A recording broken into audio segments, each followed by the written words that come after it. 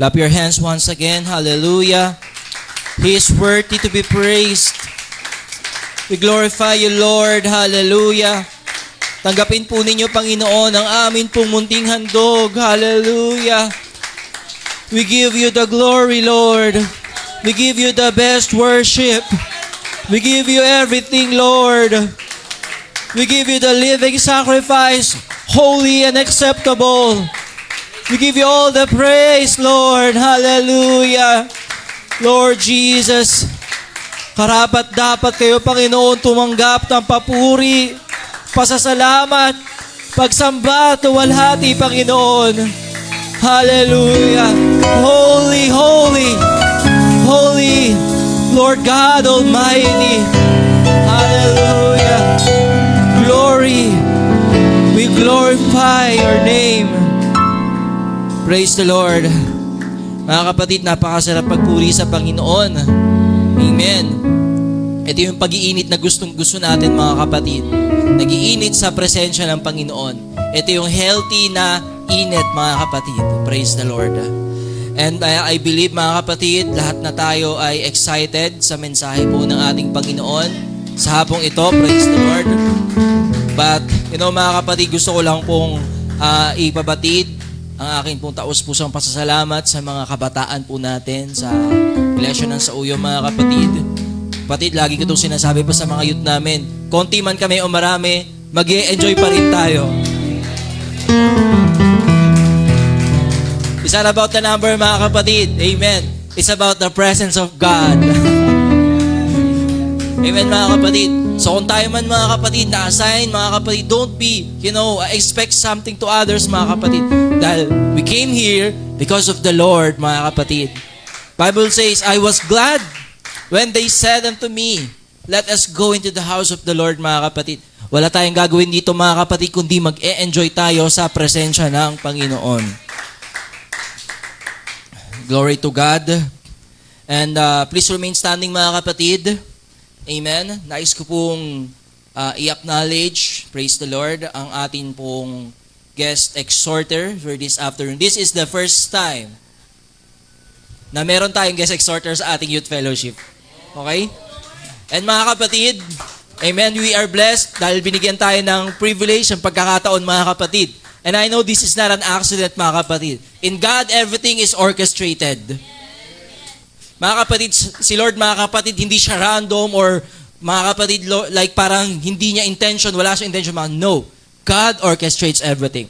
And I believe, mga kapatid, this is the beginning so that every month we will have another guest exhorter. Praise the Lord, mga kapatid.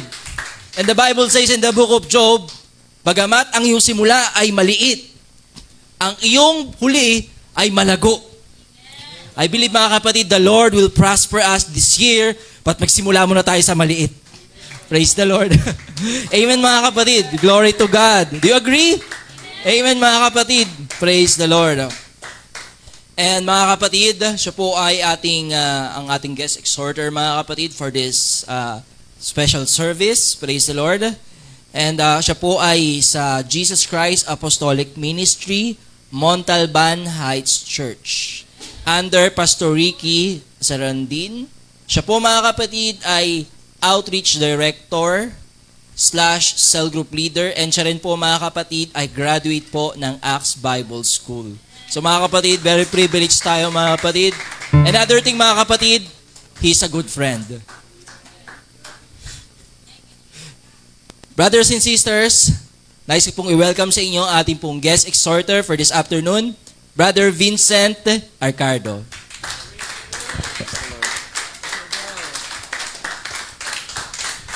Praise the Lord. Everybody say praise the Lord. Pwede ba parinig ng first time na pagpupuri, na first time merong exhorter na galing taga-bundok, mga kapatid? Come on! Thank you, Jesus. Alam kong galing pa kami ng Buntalban, doon sa bundok. Pwede marinig yung pagpupuri ng mga taga-Quezon City? Maybe it's your first time, pero yung presensya ng Panginoon, hindi unang pagkakataon yan, mga kapatid. Come on, let's worship the Lord!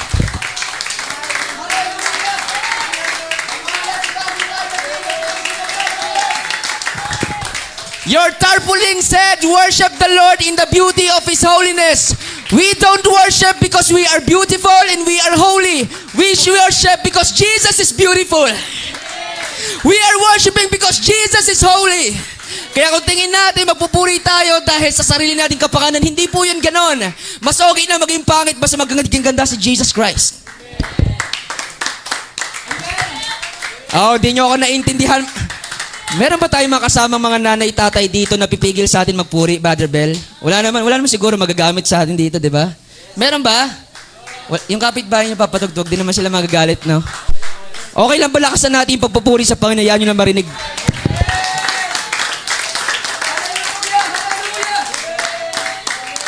Oh, come on. Thank you, Jesus. Salamat sa Panginoon. Higit tayo sa dalawa. Kung ang Panginoon kumilos sa dalawang mananampalataya, how much more dito sa Pentecostal sa uyo? Hallelujah. In the name of Jesus. Alam ko nagkaroon na kayo ng revival kanina, mga kapatid. Pero iba yon, may mga kasama kayong matatanda doon kanina. Pero iba pag mga young people lang. Iba mag-worship yung mga young people, mga kapatid. Hallelujah, hallelujah. Yung mga nakaraang fellowship mo, hindi mo naranasan yung mirakulo ng Diyos. Hindi mo naranasan yung totoong kagalingan. Malay mo, ito na yon. Kaya bakit mo pipigilan yung sarili mo? Thank you, Jesus. Sige, praise the Lord. Encourage ko lang iba. Medyo yung iba, hindi pa kumbinsido na gumalaw. In John chapter 11, there was a man named Lazarus. Patay na siya ng 4 na araw. And the Bible said, napaka-imposible mabuhay isang tao ng 4 na araw. Pwede siya mabuhay 3 araw, 2 araw, o 1 araw. Pero 4 na araw, hindi na. Inaagnas na siya. And in the book of John chapter 11, sasabihin ko sa inyo the reason why kung bakit tinuloy ni Jesus Christ yung pagbuhay kay Lazaro. Ready? Eh, nasalubong niya si Martha. Sabi niya kay Martha, Martha, kamusta? Hindi niyo, I'm just paraphrasing the Bible, okay? Sabi ni Martha, Panginoon, late ka nang dating, kung napaaga ka lang sana, hindi namatay si Lazaro. Sabi ni Jesus Christ, ayaw kitang makausap, tawagin mo si Mary. And you know the story. Martha is a worker, but Mary is a worshiper.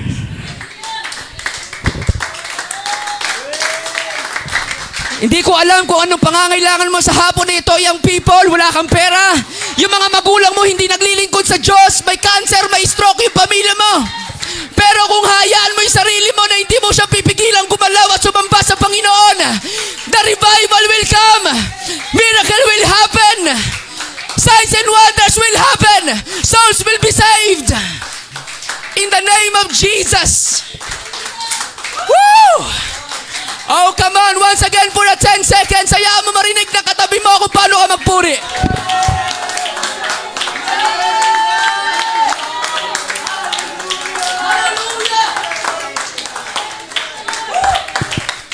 Amen. Sorry. Amen. Sorry sa mga kapitbahay. Hindi ako excited dahil nakita ko kayo. Excited ako kasi kasama ko ang Panginoong Hesus. Kaya wala akong pakialam kung di kayo magpuri, okay lang. My first principle ever, okay lang kayo di kayo may revive. As long as sa pulpit ako, may revival.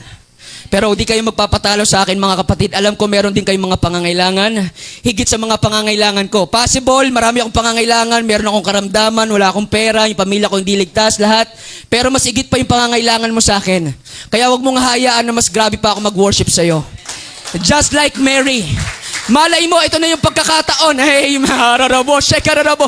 Kung hindi makikita ni Jesus Christ si Mary, malay mo, hindi niya ituloy yung pagbuhay kay Lazaro. Kaya kung hindi mo pipigilan yung sarili mo na sumamba sa Panginoon ngayong hapon. Kanina nyo pa sinasabi na mainit. Baka nahihiya kayo sa amin ng mga taga-Montalban. Doon mainit din. Mas mainit pa kasi bundok doon eh. Amen. Amen. Kaya kung kayo dito mga kapatid, hindi kayo masyadong nainitan, malaya kayo magpuri sa Panginoon. Amen.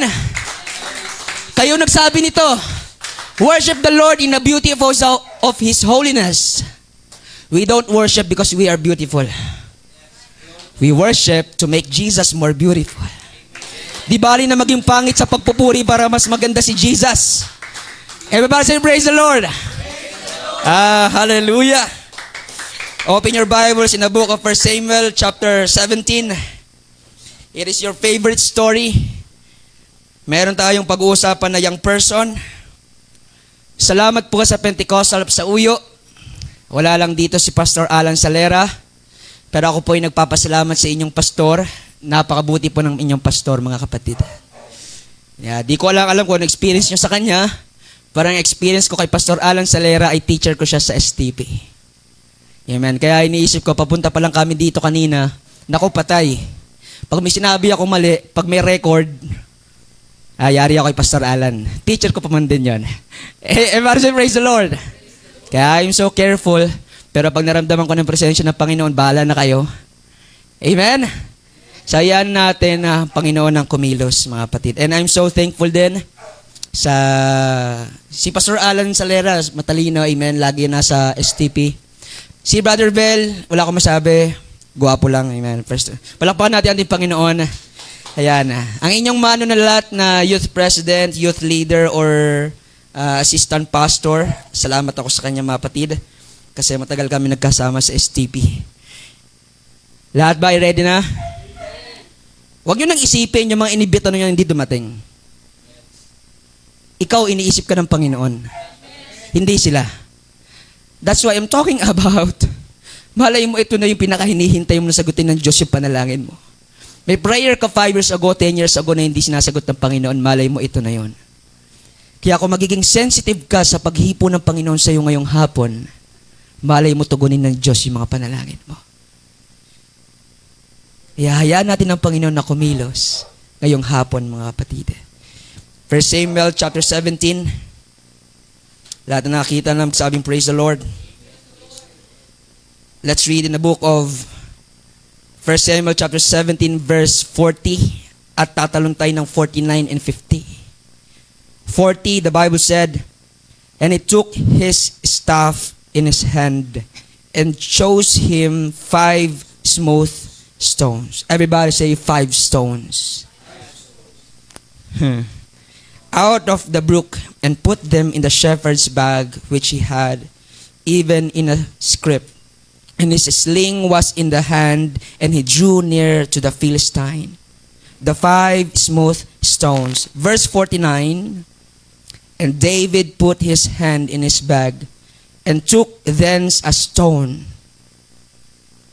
Kumuha siya ng 5 bato, pero isa lang yung kinuha niya para gamitin sa higante.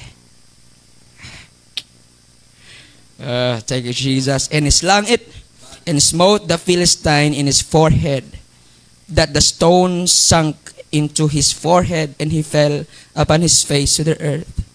So David prevailed over the Philistine with a sling, and with what? I love the stone.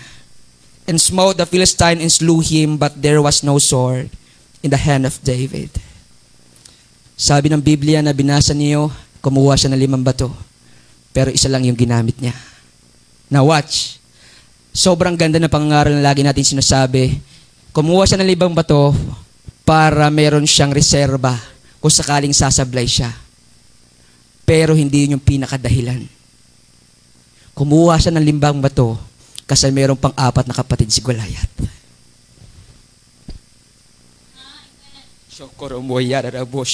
Second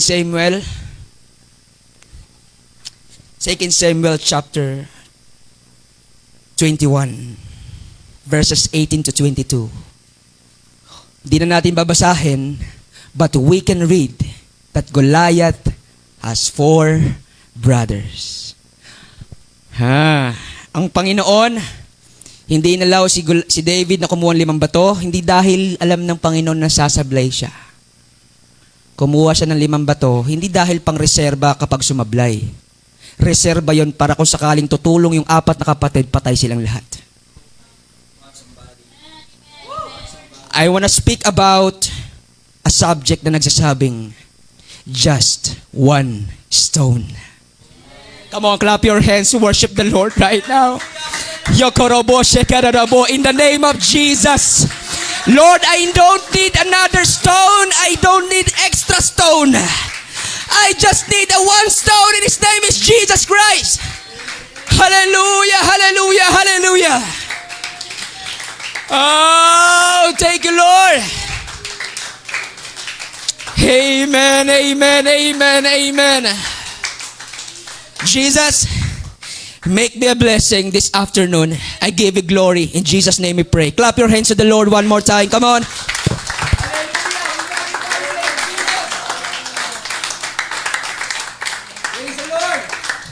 Amen. Tapikin mo yung katabi mo. Sabihin mo, worshiper ka, di ba? Amen, ako din. At maaari na kayong makaupo, mga kapatid. Amen. Bago tayo magsimula, lagi na lang pa magsasalita ako, mayroon akong mga paalala. Okay lang magpaalala muna, Brother Bell? Number 1 na paalala, yung pulpit, hindi ito competition. Kung sino nakatayo dito, pipiliin nyo kung saan kayo mag-worship. Hindi yun ganon. Halimbawa, preacher ngayon medyo maliit, hindi ako magpupuri sa Panginoon. Brother Bill, hindi yun gano'n. Si brother medyo mahina magsalita, parang hindi ko maramdaman si Lord. Medyo kung pangit ang itsura niya, ayaw ko magpuri. Hindi yun gano'n, mga kapatid. Nagpupuri tayo dito dahil meron tayong mga personal battles at ang Panginoong gusto sinasamba nating lahat. Kaya tayo dito, mga kapatid, malaya tayo magpuri sa Panginoon, hindi dahil sa preacher na nandito ngayon, kundi lahat tayo dito magkakampi because of our battles in the Lord Jesus Christ. Amen. Pwede natin palakpakan ng Panginoon, mga kapatid. Amen. Second reminder, yung katabi mo, worshiper yan. Amen. Kaya gumalaw-galaw at nagpuri-puri yan, usog ka ng konti kasi baka tamahan ka. Parang di silang kumbinsido, mga kapatid, no? Di nyo naiintindihan yung dalawang nagpuri, hindi lang nila naistorbo yung mga kapitbahay nilang preso. Jesus, Jesus, hallelujah. Amen. Kaya dito, mga kapatid, huwag niyong isipin yung mga inibitan nyo ng mga young people na hindi dumating. Nandito tayo ngayon para sa Panginoong Jesus at para sa sarili mo. Now, we will worship the Lord the way we want to worship Him. Hindi dahil sa ibang tao, kundi para sa sarili mo at para sa Panginoon. Pangatlong reminder, mga kapatid, here we are all preachers. Hindi lang ako. That's why when I preach, when I exhort, when I encourage, preach with me. Okay lang ba sa inyo yun? Amen. Come on, clap your hands to Jesus. That's the 3 reminders para hindi tayo mahiyang magpuri sa Panginoon. Amen. Masyado kayong magkakalayo, mga kapatid. Medyo okay lang pa magdikit-dikit kayo. Ayan. Pwede na kayo, samahan nyo si sister dito. Kasi medyo yung paningin ko, di ko na kayo nakikita lahat, mga kapatid. Everybody say, just one stone.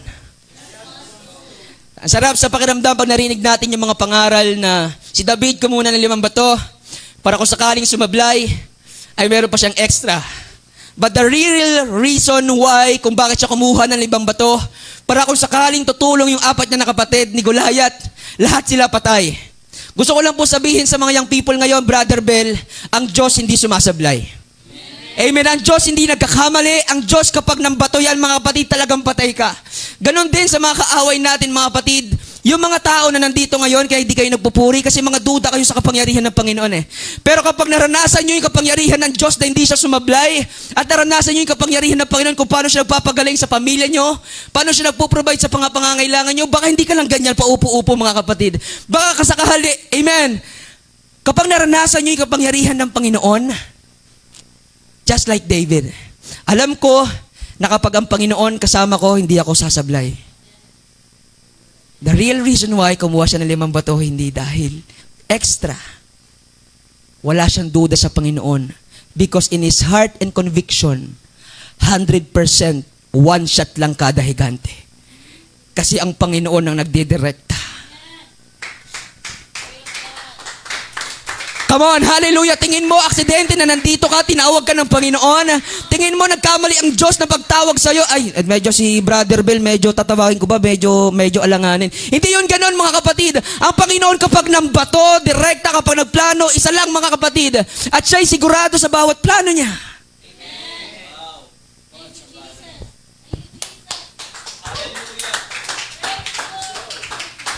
Di kayo kumbinsido? One time, naranasan ko na di ko alam kung bakit nangyari to, no? Dumating yung panahon na dito po sa inyong lugar sa Pingkian, ako po yung naglalakad-lakad dyan. Pero hindi yung klase ng binata na nakikita nyo sa inyong harapan. At the age of around 12 to 13 or 11, something like that. Nakatira kami dun sa Abbey Road, terminal ng tricycle doon sa Bagbag, doon sa palengke. Hindi ko alam kung sumasakay kayo ng pulang tricycle. Tama? Doon kami nakatira. But going along this here in Pinkian, naranasan ko mga lakal dito. And I asked the Lord, Lord, sigurado ka ba na tinatawag mo ko to preach and to be a minister of the word? Lord, do I need a second stone or third stone? But Jesus said, no. What you only need is a one stone. I'm 100% sure na tinawag kita. Hindi ako nagkamali sa iyo, brother, na merong calling tong taong to. Hindi ako nagkamali sa iyo na paupo-upo kayo dyan. Tinawag kayo ng Panginoon for a purpose. Panginoon, ganito yung itsura ko, tatawagin. Hey, hallelujah! Ang Panginoon hindi nagtatangi. Babae ka, lalaki, anong edad mo, anong itsura mo, anong trabaho mo, brother, rider ka o nagdadrive ka ng 4 wheels. Ang Panginoon hindi nagtatangi para tumawag siya. Hindi siya. Amen. I don't need second opinion. What I need is just one stone.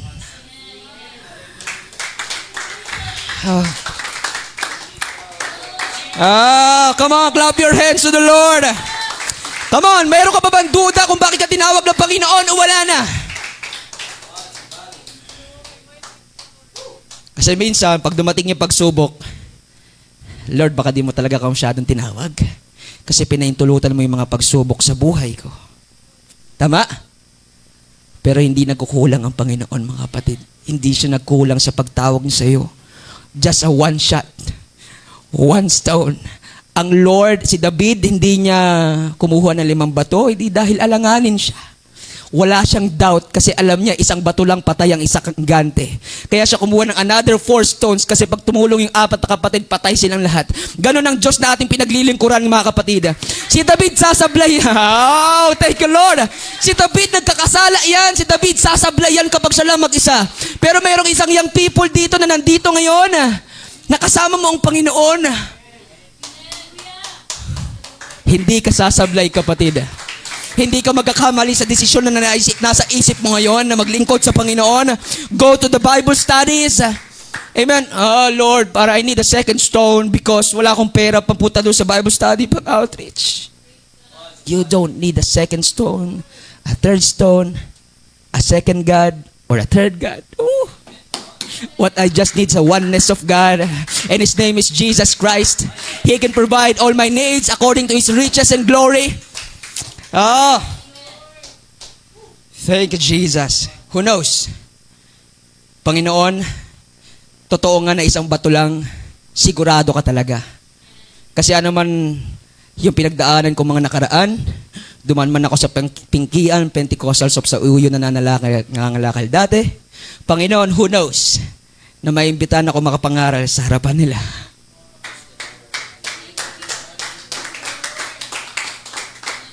Praise the Lord. Amen. Kumbinsihin natin yung iba, mga kapatid. Since God never fails, even in the most secured helmet and shield of Goliath, the God was so accurate. Ang Diyos ay hindi nagkakamali. Tingin nyo, hindi nakita ni David si Goliath bago sila maglaban? Alam ni David na meron siyang armor at helmet na gagamitin, pero bakit si David ay sobrang confident na isang bato lang ay kaya niyang tapusin yung buhay noon? Hindi dahil magaling si David. Hindi dahil na-experience niya na pumatay ng aso, oso. Hindi dahil may-experience siyang pumatay ng leon. Hindi rin experience niya, Brother Bell, na mag-alaga ng tupa. No. Hindi siya confident dahil sa mga galing na meron siya. Hindi dahil sa profession na meron siya. Hindi dahil may pera ka, kapatid. Si David ay sobrang confident. Wala nang iba, kapatid. Because he has a one stone. Amen. And he is the King of Kings and the Lord of Lords. At sa panahon natin ngayon, he revealed his name, that Jesus. He is the only stone that can bring life to you guys. Amen. Praise the Lord. David was not confident because he had experience sa pag-gisling. No? Masarap, madali maging kumpiyansa sa sarili na wala kang paniniwala sa Diyos. Alam niyo yung tawag doon, hindi confidence. That's arrogance. Tingin nyo masama yung confidence? Ito yung confidence. Listen, kapag naniwala ka sa Diyos at naniwala ka na rin sa sarili mo dahil sa Panginoon, that's confidence. I trust in the Lord with all thine heart. Amen. I trust the Lord with all my mind. Hindi dahil sa magaling ako, Brother Franz, kundi ang Panginoon ang magaling. Ang Diyos hindi sumasablay. Ang Diyos hindi nagkamali. Tawagin ko sino ka.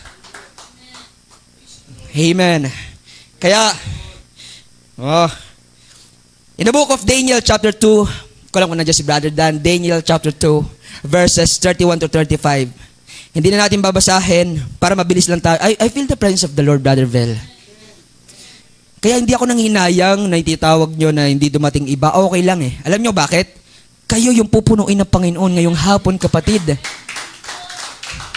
Yung miracles na pinakinihintay mo na sa matagal na panahon, na pinagpipray mo yung prayer mo dati na 5 years ago, ngayon, di niya ako yung confidence ko hindi nanggagaling sa sarili ko because I'm a prophet. No. Wala akong gift na ganon. But I stand in the name of Jesus Christ right now na mayroon ka mga panalangin na ngayon tutugutin ng Panginoon. Mamaya pag uwi mo, o kaya bukas, o kaya next week mga kapatid, ang Diyos tumugon sa panalangin mo. Ang Diyos tumugon sa mga hinihingi mo sa Kanya. Not because we are confident, kundi dahil sa tulong ng Panginoon. Thank you, Jesus. Daniel chapter 2, bilisan ko lang, 31 to 35. The Bible said, meron tinayo si Nebuchadnezzar, yung makapangyarihang hari ng Babylon. Nagtayo siya ng statwa na most of the time balaging tinuturo sa inyo na kanyang ulo ay ginto, ang kanyang dibdib ay silver, ang kanyang belly ay bronze and silver and iron yung binte at mixed iron clay yung paa. Sobrang ganda ng statwa. Sobrang laki. Sobrang yaman. Sobrang makapangyarihan. But the Bible said in Daniel chapter 2, verse 35, yung nagbabagsak doon, just one stone. Oh, come on somebody. Hallelujah. Walang mas makapangyarihan sa Panginoon. Walang mas mayaman, mas matatago, mas malakas kung kukumpara sa Panginoong Jesus, mga kapatid. Hindi pa kayo kumpinsido, but let me tell you something. If God is for you, nothing can stand against you. Just one stone, the statue, the liberty, the gold, the silver, and the bronze will fall because of just one stone. And His name is Jesus Christ. Kaya sinong makapagpatumba sa iyo sa pananampalataya na meron ka? Anong klaseng statwa? Gaano man kayaman? Gaano katatag? Gaano makapangyarihan? Walang kayang tumayo sa nag-iisang bato. Nararamdaman ko yung presensya ng Panginoon, mga kapatid. Hallelujah. Another thing, sige, bilisan natin mga kapatid. Nararamdaman ko, yung nangingisda si Pedro, nadat na ng Panginoon in Matthew chapter 17. Amen. Mabasa natin dyan, in Luke chapter 5, in Luke chapter 5, nangingisda sila Pedro at yung mga kasama niya. Nakita sila ni Jesus Christ. Walang huli. Pagod na pagod. Puyat. Tapos utusan ka pa, ibalik mo yung net. Kakatupik lang namin, kakalinis lang namin, tapos ipapabalik mo. Ito pang matindi, di ka naman fisherman, karpentero ka lang eh. But because you said a word, I will let down the net.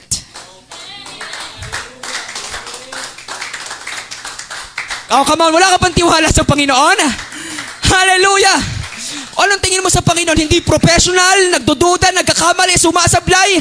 Ang Panginoon hindi nagkukulang. He is the King of Kings and the Lord of Lords and He knows everything. Hindi yun yung gusto kong ipunto. Ito yung punto, mga kapatid. Pag di kayo sumamba sa Panginoon, bahala na kayo. Okay? Sabi ng Panginoon, may huli ba kayo? Wala. Anong sabi niya kay Pedro? Pag-ahon niya dun sa pangpang. Binigyan sila ng isda, tama? Pagpunta ni Pedro, nagsisi siya. Luke chapter 5 verse 11. Kinausap siya ng Panginoon Jesus. Sabi ng Panginoon, Di mo kailangan ng isda. What you need is just one stone.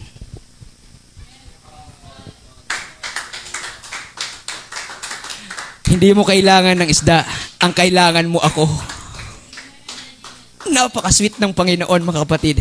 Yung pangangailangan nyo ngayon. That's why I was talking about miracles, signs, and wonders, and healings. I don't care kung bago ka ba lang sa Panginoon, ikaw na young people ka, 2 taon, 3 taon ka pa lang naglilingkod. Kung hayaan mo yung sarili mo na magpuri ngayong hapon na ito, huwag nyo silang intindihan, nararamdaman nila yung presensya ng Panginoon dyan. I don't care, di ako takot. Galing ako sa kalsada. Praise the Lord. Kaya sinasabi ko, hindi magpe-perform ang Panginoon ng miracles, signs, and wonders sa mga hindi nyo kasama ngayon. Ikaw na nandito ngayon na sobrang palad mo. Because this afternoon is the revival of the Pentecostal of Sauyo young people. Hallelujah, you will become the most powerful person sa lugar ng Pinggian, sa lugar ng Sauyo. If you will just let your voice and worship. You don't need a fish. What you need, a stone. Because it's the stone that can provide everything. My tuition, my money, hospital bills. Wala makakapagbigay, hindi isda. Walang iba kundi ang Panginoong Hesus. Amen. Patapos na ako, mga kapatid. Actually, mahaba pa to pero tapusin ko na. I search sa Google, what is the difference between the stone and the rock sa Bible? Yung stone, normally, ayun yung mas maliliit na bato sa Bible. Yung stone, ayun yung mas maliliit na bato. Ibig sabihin yung kaya mong galawin. Pero yung rock, kung babasahin nyo, ay yung mga bato na hindi mo kayang galawin, yung mga mas malalaki. Yung stone, na ikikilos, yung rock, hindi nakikilo.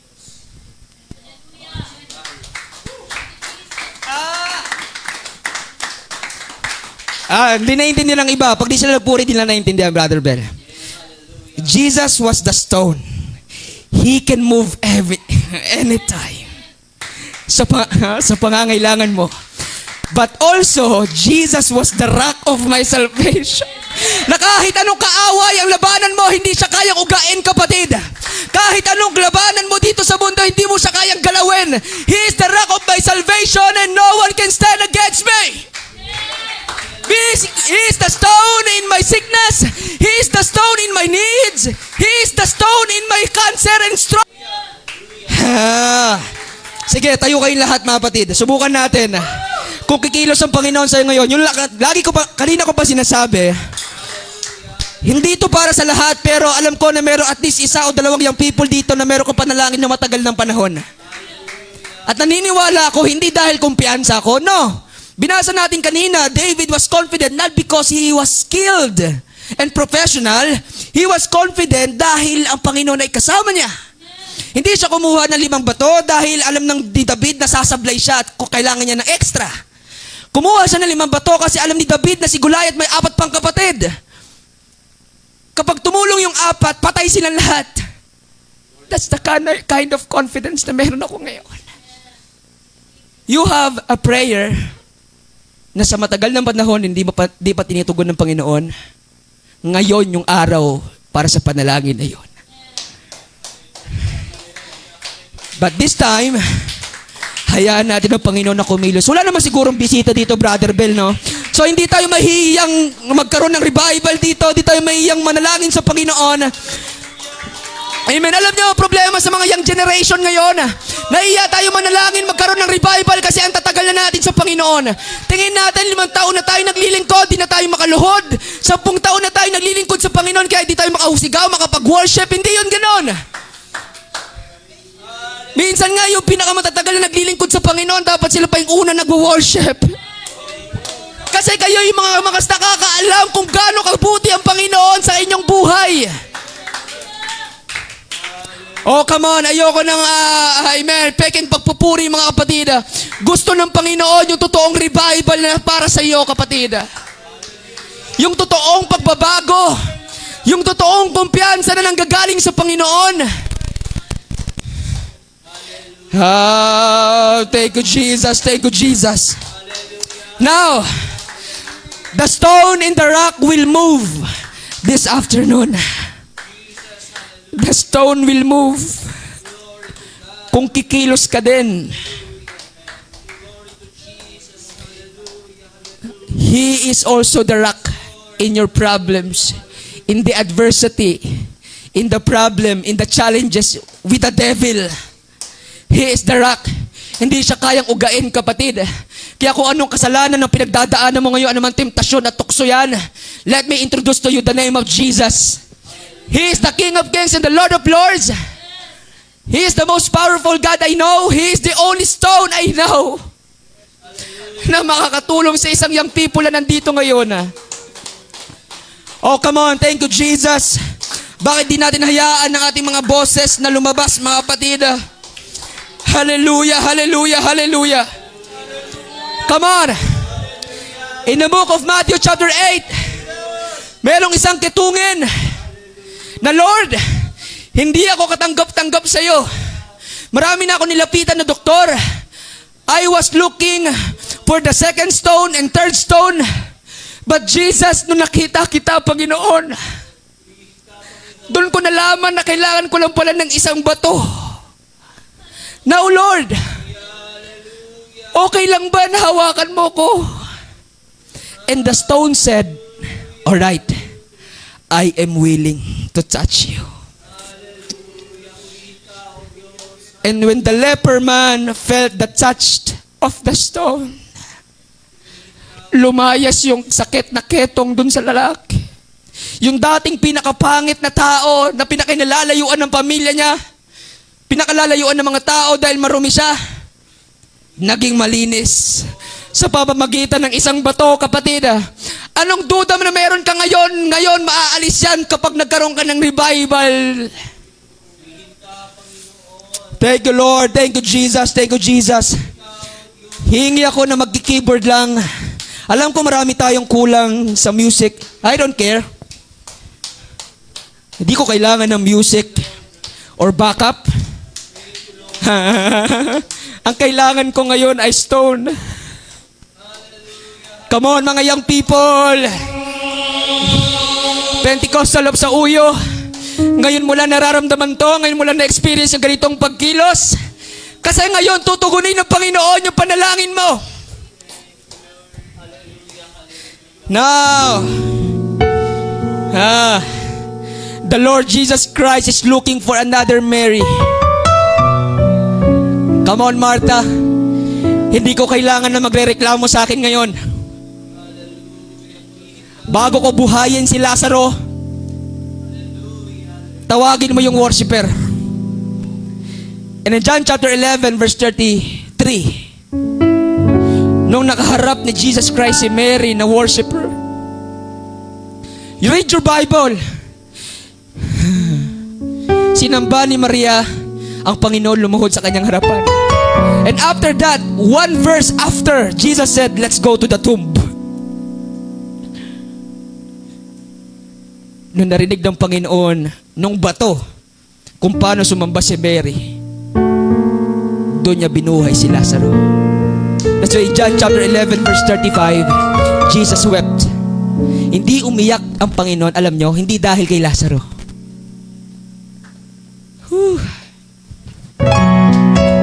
We are always talking about that Jesus cried because of Lazarus at mahal na mahal niya kayo, kaibigan.